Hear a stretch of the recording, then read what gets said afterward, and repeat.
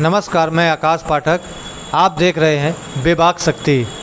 आज आपको कटनी ज़िले के दो होनहार छात्राओं से मैं मुलाकात करवा रहा हूं, जो कटनी ज़िले के पारधी समुदाय से संबंध रखती हैं और उन्होंने अपने समाज को ये मैसेज दिया है कि पढ़ लिख के समाज में किस तरीके से लोगों के बीच में सम्मान पाया जाता है और किस तरीके से आगे बढ़ा जाता है और कितनी कठिनाइयों को सहते हुए अपनी मंजिल को पाने के लिए अग्रसर हुआ जाता है। आज मैं आपको मिलवाने जा रहा हूँ। आपका नाम? मेरा नाम है प्रिया पारधी। मेरा फर्स्ट ईयर बी फार्मेसी में भोपाल से कर रही हूँ, TIT कॉलेज से। मेरा नाम नीलम पारधी है। मैंने ग्रेजुएट छात्र साल स्नातकोत्तर कॉलेज से ग्रेजुएट कंप्लीट किया है और मैं पोस्ट ग्रेजुएट भी मेरा पन्ना से कंप्लीट है। जिस प्रकार आपके समाज में शिक्षा को लेकर किसी प्रकार की कोई तैयारी आपके समाज में नहीं रहती है, तो आपको प्रेरणा कहाँ से मिली और आपकी शुरुआती शिक्षा प्रारंभ कैसे हुई और किसने करी? सर मेरी हम लोग सर पहले वन विभाग एक संस्था है जो हमारे पारधी समाज से पहले शिकारी के बारे में बहुत ज़्यादा बदनाम थे। तो वो लोग को जो शिकारी वन विभाग ने जाना शिकारी इनको बच्चों को हॉस्टल में लाया जाए, तो वन विभाग ने हॉस्टल में लाया गया है। वो लोगों ने 8 क्लास तक हम लोग को पारधी समाज के बच्चे को, जहाँ फर्स्ट बैच में हमारे समाज के 400-500 बच्चे तक पढ़ते थे। अब वो लोग 8वीं तक पढ़ के वो लोगों ने छोड़ दी, क्योंकि शासन से कोई मदद नहीं थी। तो वो लोग को 8वीं क्लास तक शासन से मदद थी, इसलिए वो लोगों ने 8वीं क्लास से छोड़ दी। जैसे मैं सेकंड बैच में आई तो मेरी पढ़ाई वन विभाग ने हम लोग को डाला। फिर हम लोग को last wild ration foundation Mumbai की एक संस्था है NGO की, फिर उसने हम लोग को 9वीं से पढ़ाया गया, जिसमें हम लोग कुछ बच्चे ग्रेजुएट कंप्लीट होकर निकले हैं। अभी आप पढ़ाई के किस स्तर में पढ़ाई कर रहे हैं? मेरा पोस्ट ग्रेजुएट कंप्लीट है। किस सब्जेक्ट से? हिंदी साहित्य से मेरा पोस्ट ग्रेजुएट कंप्लीट है।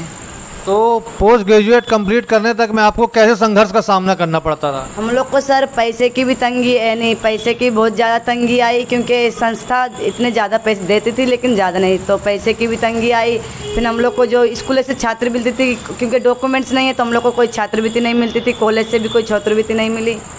और हर एक चीज़ से फिर मम्मी पापा हम लोग में छोटेपन में शादी हो जाती है, 10 साल 5 साल में शादी हो जाती है, तो फिर शादी भी कर देते हैं। तो शादी के लिए भी फोर्स किया, लेकिन मेरे मम्मी पापा ने शादी में इतना फोर्स नहीं किया, तो भी अभी तक फोर्स करते थे। तो मैंने तो भी सब फैमिली से भी लड़के, तो भी मैं आगे की पढ़ाई कर रही। अभी आप पढ़ाई के किस स्तर पर पहुंच पाए हैं? मैं अभी पढ़ाई के इस स्तर पे पहुंच पाई हूँ कि मैं अपना नाम रोशन कर सकती हूँ। मैं लोगों की भीड़ में मैं बैठ सकती हूँ। किस विभाग से पढ़ाई कर रहे हैं? किस सब्जेक्ट से पढ़ाई कर रहे हैं? मेरा बी फार्मेसी चल रहा है, साइंस सब्जेक्ट से बायो। आगे आपकी क्या योजना है? आगे मैं पढ़ लिख कर MR बनना चाहती हूँ। MR बनना चाहती हूँ। आपको सरकार से क्या अनुदान प्राप्ति की आप प्रार्थना करना चाहते हैं? मैं तो सरकार से यही अनुमान प्राप्त करना चाहती हूँ कि मेरी पार्थियों की एक भी बच्चों की सुनते नहीं है वो लोग। हम लोग की सुनना ये है कि हम लोग को सरकार से एक भी लाभ नहीं है, एक भी योजना का हम लोग लाभ नहीं उठा पाते हैं।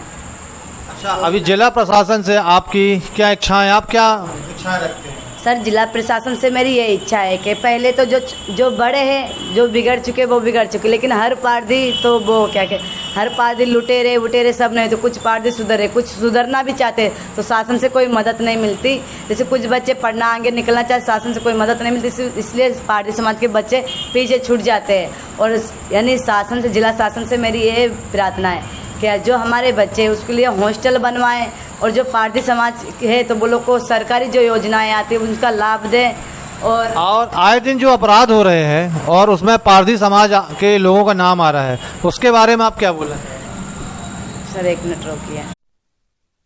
शासन से और अन्य लोग से ये विनती है कि हमारे पारधी समाज को ऐसी नज़र से ना देखे कि सारे पारधी लुटेरे, सारे पारधी चोरी करते, कुछ सुधरे हैं। जैसे हम लोग भी सुधर के आए ना, तो हर पारधी को बुरी नज़र से ना देखे। आप लोग से हाथ जोड़ के विनती है कि हर पारधी को बुरी नज़र से ना देखे कि ये भी वही करता है, ये भी कुछ होते हैं तो उसको देखे, लेकिन हर कोई को ना देखे प्लीज़।